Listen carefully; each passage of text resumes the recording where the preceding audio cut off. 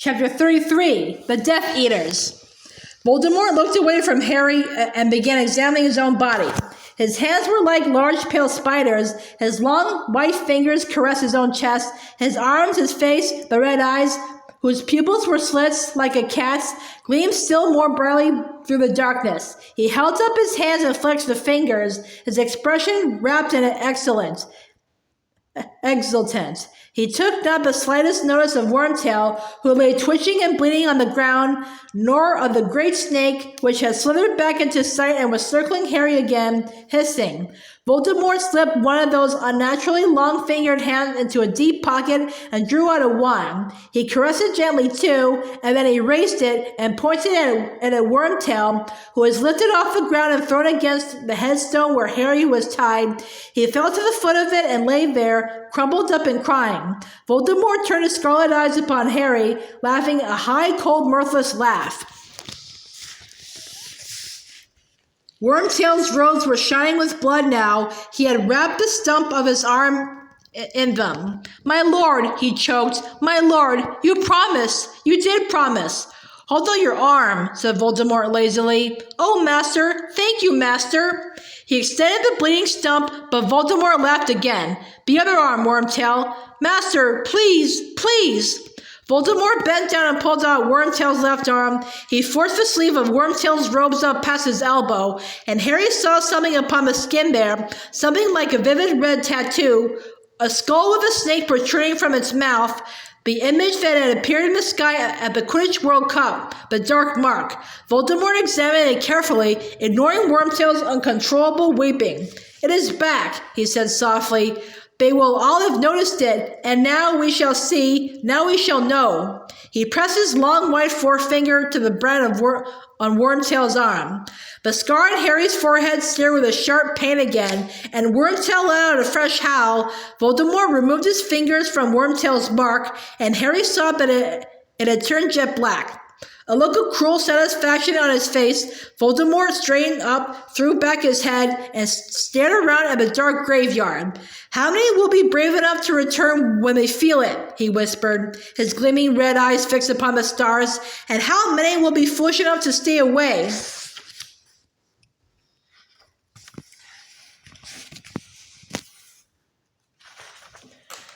He began to pace up and down before Harry and Wormtail, eyes sweeping the graveyard all the while. After a minute or so, he looked down at Harry again, a cruel smile twisting his snake-like face. "You stand, Harry Potter, upon the remains of my late father," he hissed softly. "A muggle and a fool, very like your dear mother, but they both had their uses, did they not? Your mother died to defend you as a child, and I killed my father, and see how useful he has proved himself in death." Voldemort laughed again. Up and down he paced, looking all around him as he walked, and the snake continued to circle on the grass. "You see that house upon the hillside, Potter? My father lived there. My mother, a witch who lived here in this village, fell in love with him, but he abandoned her when she told him what she was. He didn't like magic, my father. He left her and returned to his muggle parents before I was even born, Potter, and she died giving birth to me, leaving me to be raised in a muggle orphanage. But I vowed to find him. I revenged myself upon him, that fool who gave me his name, Tom Riddle." Still, he paced, his red eyes darting from grave to grave. "Listen to me, reliving family history," he said quietly. "Why, I am growing quite sentimental, but look, Harry, my true family returns." The air was suddenly full of the swishing of cloaks. Between graves, behind the yew tree, in every shadowy space, wizards were apparating. All of them were hooded and masked, and one by one they moved forward, slowly, cautiously, as though they could hardly believe their eyes. Voldemort stood in silence, waiting for them. But then one of the Death Eaters fell to his knees, crawled toward Voldemort, and kissed the hem of his black robes. "Master, master," he murmured. The Death Eaters behind him did the same, each of them approaching Voldemort on his knees and kissing his robes before backing away and standing up, forming a silent circle which enclosed Tom Riddle's grave, Harry, Voldemort, and the sobbing and twitching heap that was Wormtail. Yet they left gaps in the circle as though waiting for more people. Voldemort, however, did not seem to expect more. He looked around at the hooded faces, and though there was no wind, a rustling seemed to run around the circle as though it had shivered. "Welcome, Death Eaters," said Voldemort quietly. 13 years since last we met. Yet you answered my call as though it were yesterday. We are still united under the dark mark bed. Or are we?" He pulled back his terrible face and sniffed, his slit-like nostrils widening. "I smell guilt," he said. "There's a stench of guilt upon the air." A second shiver ran around the circle, as though each member of it longed, but did not dare to step back from him.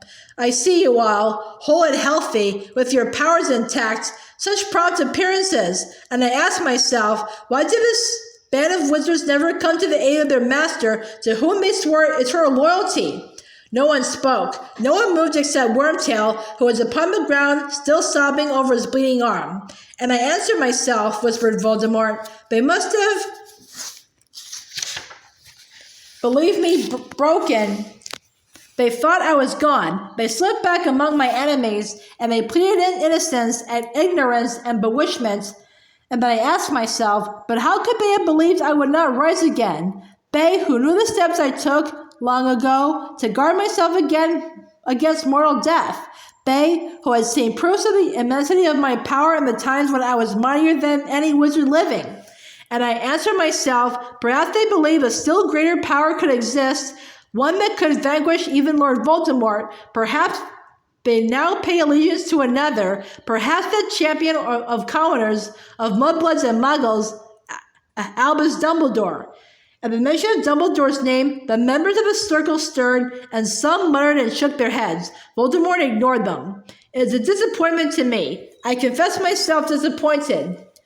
One of the men suddenly flung himself forward, breaking the circle. Trembling from head to floor, he collapsed at Voldemort's feet. "Master!" he shrieked. "Master, forgive me! Forgive us all!" Voldemort began to laugh. He raised his wand. "Crucio!" The Death Eater on the ground writhed and shrieked. Harry was sure the sound must carry to the houses around. Let the police come, he thought desperately. Anyone, anything. Voldemort raised his wand. The tortured Death Eater lay flat upon the ground, gasping. "Get up, Avery," said Voldemort softly. "Stand up. You ask for forgiveness? I do not forgive. I do not forget. 13 long years. I want 13 years repayment before I forgive you. Wormtail here has paid some of his debt already. Have you not, Wormtail?" He looked at Wormtail, who continued to sob. "You returned to me, not out of loyalty, but out of fear of your old friends.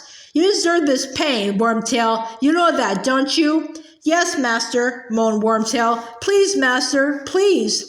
"Yet you helped return me to my body," said Voldemort coolly, watching Wormtail sob on the ground. "Worthless and traitorous as you are, you helped me, and Lord Voldemort rewards his helpers." Voldemort raised his wand again and whirled it through the air. A streak of what looked like molten silver hung shining in the wand's wake. Momentarily shapeless, it writhed and then formed itself into a gleaming replica of a human hand, bright as moonlight, which soared downward and fixed itself upon Wormtail's bleeding wrist. Wormtail's sobbing stopped abruptly. His breathing harsh and ragged, he raised his head and stared in disbelief at the silver hand, now attached seamlessly to his arm, as though he were wearing a dazzling glove. He flexed his shining fingers, then, trembling, picked up a small twig on the ground and crushed it into powder.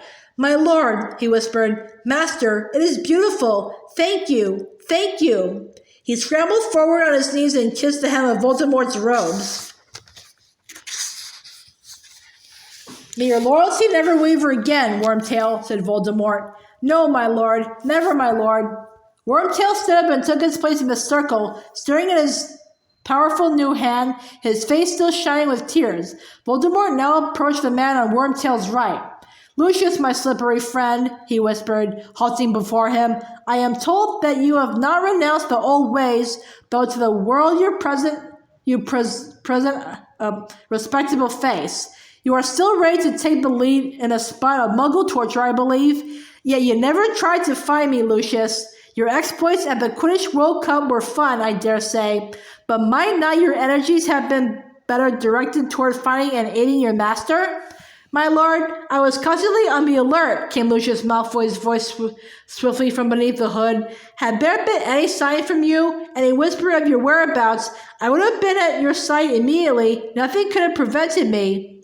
And yet you ran from my mark when a faithful Death Eater sent it into the sky last summer, said Voldemort lazily, and Mr. Malfoy stopped talking abruptly. Yes, I know all about that, Lucius. You have disappointed me. I expect more faithful service in my future. Of course, my lord. Of course.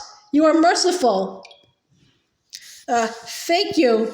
Voldemort moved on and stopped, staring at the space large enough for two people that separated Malfoy and the next man. The Lestranges should stand here, said Voldemort quietly, but they are entombed in Azkaban. They were faithful. They went to Azkaban rather than renounce me. When Azkaban is broken open, the Lestranges will be honored beyond their dreams. The Dementors will join us. They are our natural allies. We will recall the banished giants. I shall have all my devoted servants return to me, and an army of creatures whom all fear. He walked on. Some of the Death Eaters he passed in silence, but he paused before others and spoke to them. McNair, destroying dangerous beasts for the Ministry of Magic now. Wormtail tells me, you shall have better victims than that soon, McNair. Lord Voldemort will provide. Thank you, Master. Thank you, murmured McNair. And here, Voldemort moved on to the two largest hooded figures. We have Crabbe.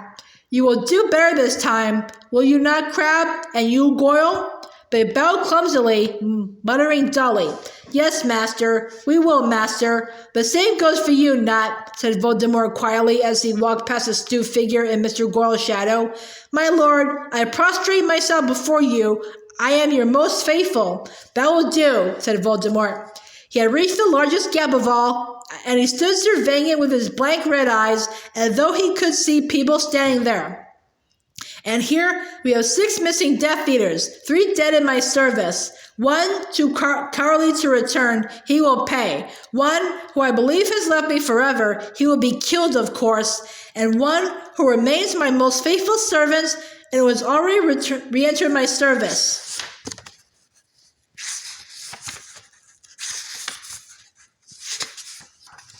The Death Eaters stirred, and Harry saw their eyes dart sideways at one another through their masks.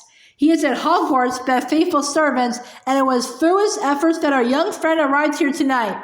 Yes, said Voldemort, a grin curling his lipless mouth as the eyes of the circle flashed in Harry's direction. Harry Potter has kindly joined us for my rebirthing party. One might go so far as to call him my guest of honor. There was a silence. Then the Death Eater to the right of Wormtail stepped forward, and Lucius Malfoy's voice spoke from under the mask. Master, we crave to know, we beg you to tell us how you have achieved this miracle, how you managed to return to us. Ah, what a story it is, Lucius, said Voldemort, and it begins and ends with my young friend here.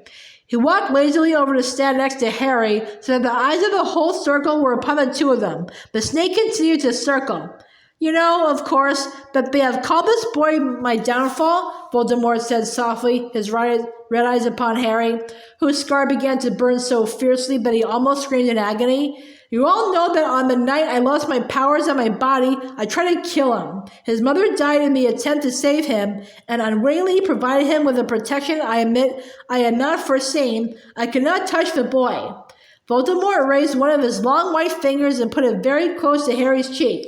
His mother left upon him the traces of her sacrifice. This is old magic. I should have remembered it. I was foolish to overlook it, but no matter. I can touch you now. Harry felt the cold tip of the long white finger touch him, and though his head would burst with the pain. Voldemort laughed softly in his ear, then took the finger away and continued addressing the Death Eaters. I miscalculated, my friends, I admit it. My curse was deflected by the woman's foolish sacrifice, and it rebounded upon myself. Ah, pain beyond pain, my friends. Nothing could have prepared me for it. I was ripped from my body. I was less than spirit, less than the meanest ghost, but still, I was alive. What I was, even I do not know, I who have gone further than anybody along the path that leads to immortality. You know my goal, to conquer death. And now I was tested, and it appeared that one or more of my experiments had worked, for I had not been killed, though the curse should have done it. Nevertheless, I was as powerless as the weakest creature alive, and without the means to help myself, for I had no body, and every spell that might have held me required the use of a wand. I remember only forcing myself sleeplessly, endlessly, second by second, to exist. I settled in a faraway place in a forest, and I waited. Surely one of my faithful Death Eaters would try and find me. One of them would come and perform the magic I could not, to restore me to a body, but I waited in vain. The shiver ran once more around the circle of listening Death Eaters. Voldemort let the silence spiral horribly before continuing. Only one power remained to me. I could possess the bodies of others, but I dared not go where other humans were plentiful, for I knew that the Aurors were still abroad and searching for me.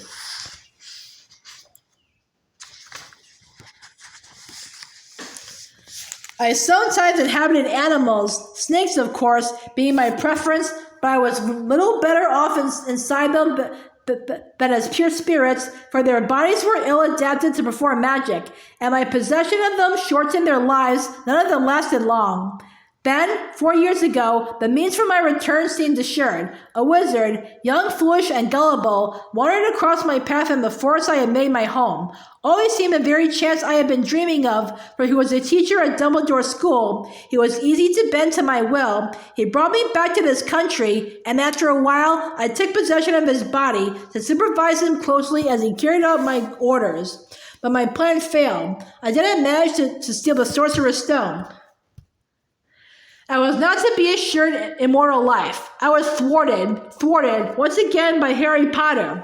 Silence once more, nothing was stirring, not even the leaves on the yew tree. The Death Eaters were quite motionless, the glittering eyes in their masks fixed upon Voldemort and upon Harry. The servant died when I left his body, and I was left as weak as ever I have been, Voldemort continued. I returned to my hiding place far away, and I will not pretend to you that I didn't then fear that I might never regain my powers. Yes, that was perhaps my darkest hour. I could not hope that I would be sent another wizard to possess. And I given up hope now that any of my Death Eaters care what had become of me. One or two of the masked wizards in the circle moved uncomfortably, but Voldemort took no notice. And then, not even a year ago, when I had almost abandoned hope, it happened at last. A servant returned to me. Wormtail here, who had faked his own death to escape justice, was driven out of hiding by those he once counted friends, and decided to return to his master. He sought me in the country where it had long been rumored I was hiding, helped, of course, by the rats he met along the way. Wormtail had a curious affinity with rats. Do you know Wormtail? His filthy little friends told him there was a place deep in an Albanian forest that be avoided, where small animals like themselves had met their deaths by a dark shadow that possessed them. But his journey back to me was not smooth, was it, Wormtail? For, hungry one night, on the edge of the very forest where he had hoped to find me, he foolishly stopped at an inn for some food. And who should he meet there but one Bertha Jorkins, a witch from the Ministry of Magic. Now see the way that fate favors Lord Voldemort. This might have been the end of Wormtail and of my last hope for regeneration, but Wormtail, displaying a presence of mind I would never have expected from him, convinced Bertha Jorkins to accompany him on a nighttime stroll.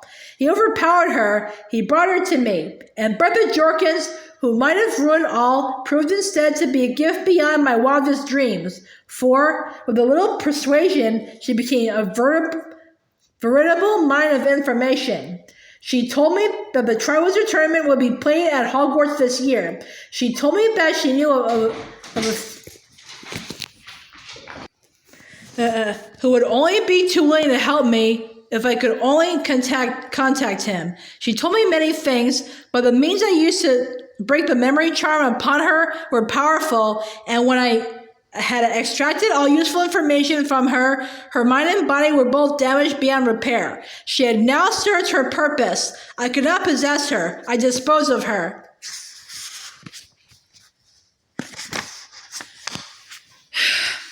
Voldemort smiled his terrible smile, his red eyes blank and pitiless. Wormtail's body, of course, was ill-adapted for possession, as all assumed him dead and would attract far too much attention if noticed. However, he was the able-bodied servant I needed, and poor wizard though he is, Wormtail was able to follow the instructions I gave him, which would return me to a rudimentary, weak body of my own, a body I would be able to inhabit while awaiting the essential ingredients for true rebirth.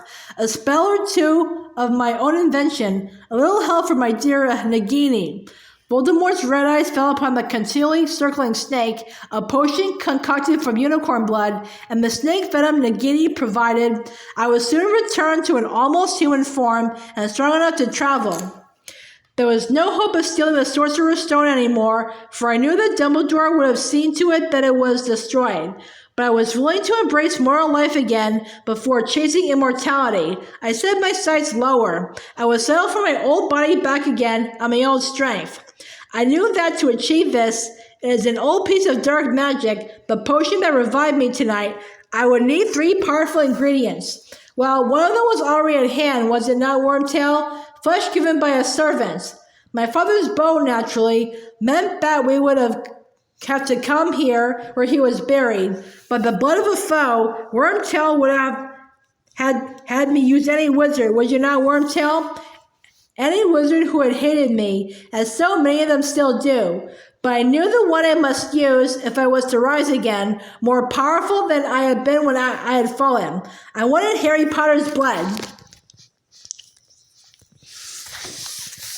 I wanted the blood of the one who had stripped me of power 13 years ago, for the lingering protection his mother once gave him would then reside in my veins too. But how to get at Harry Potter? For he has been better protected than I think even he knows, protected in ways devised by Dumbledore long ago.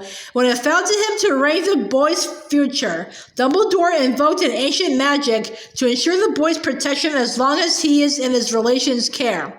Not even I can touch him there. Then, of course, there was the Quidditch World Cup. I thought his protection might be weaker there, away from his relations and Dumbledore, but I was not yet strong enough to attempt kidnapping the midst of a horde of ministry wizards. And then, the boy who would return to Hogwarts, where he is under the crooked nose of that muggle-loving fool from morning until night. So how could I take him? Why, by using Bertha Jorkins' information, of course, using my own faithful Death Eater stationed at Hogwarts to ensure that the boy's name was entered into the Goblet of Fire. Using my Death Eater to ensure that the boy won the tournament. But he touched the Triwizard Cup first, the cup which my Death Eater had turned into a portkey, which would bring him here, beyond the reach of Dumbledore's help and protection, and into my waiting arms. And here he is, the boy you all believe had been my downfall. Voldemort moved slowly forward and turned to face Harry. He raised his wand. Crucio! It was pain beyond anything Harry had ever experienced. His very bones were on fire. His head was surely splitting along a scar. His eyes were rolling madly in his head. He wanted it to end, to black out, to die. And then it was gone. He was hanging limply in the road spinding him to the headstone of Voldemort's father, looking up into those bright red eyes through a kind of mist. The night was ringing with the sound of the Death Eater's laughter. You see, I think, how foolish it was to suppose that this boy could ever have been stronger than me, said Voldemort. But I want there to be no mistake in anybody's mind. Harry Potter escaped me by a lucky chance, and I am now going to prove my power by killing him, here and now, in front of you all, when there is no Dumbledore to help him, and no mother to die for him. I will give him his chance. He will be allowed to fight, and you will be left in no doubt which of us is the stronger. Just a little longer, Nagini, he whispered, and the snake glided away through the grass to where the Death Eater stood watching. Now untie him, Wormtail, and give him back his wand.